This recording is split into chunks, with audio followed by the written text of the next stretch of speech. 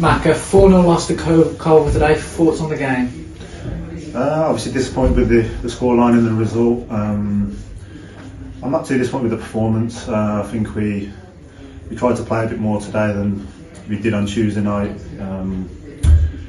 But obviously conceding after, I think it was 6 or 7 minutes. It's always tough, and then they get the second for half time and then the third.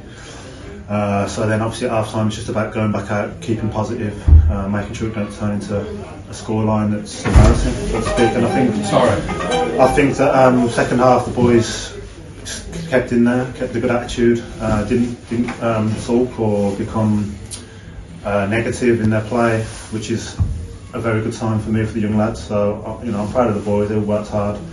And I think early doors in the first half we had some good chances as well, but if we'd have took them, it'd have been a different game, but we didn't, so it is what it is.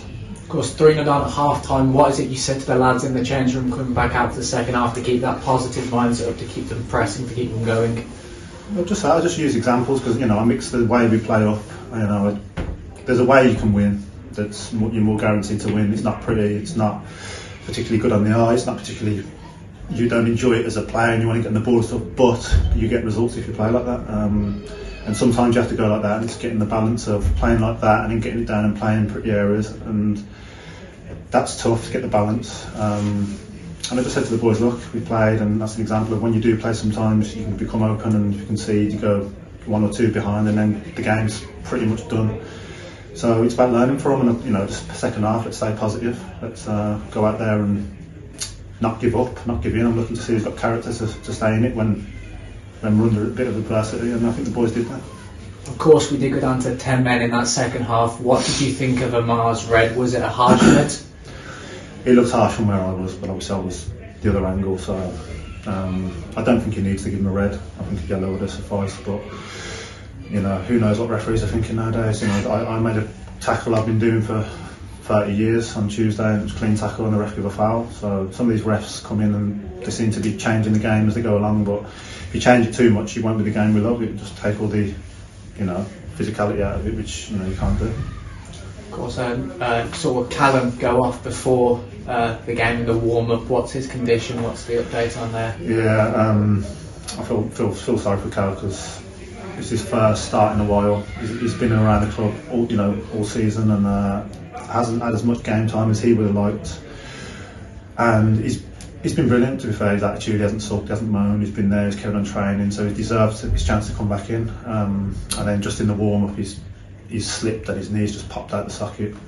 So I'm not sure how he is now, but obviously my thoughts with Cal. Hopefully he's not too bad, but looking at it, probably not something that's going to be back too soon with. But hopefully he can, rehab it, come back, and then start focusing on next season. Of course, now with Callum out and Amar and Tom both suspended, do we need to perhaps go and invest in some players to try and make some new signings going into this last sort of 8 games of the season? Is that something you're looking to do? Well, yeah, I'm looking to that. I mean, I've had targets that I'm looking to bring in that haven't worked out for different reasons. And I could sign players, but it's about bringing the right player in, not just bringing players in for the sake of it. There's a few who are still on my radar, but I need to get it done before I think the 13th, because you need to get them in for the 20th, and you can't do any more business after that. So I'll have to be busy tomorrow and Monday to get a few bodies in. But the good thing is Mo and Joe Curtis aren't as serious as we thought they might have been, so that'll be all right. Obviously losing Callum's a blow, but probably need to bring maybe 1 or 2 in if you can. But as I say, if they're not the right people for me to bring in, then I won't be bringing anyone in. Brilliant, cheers, Mac. Thank you.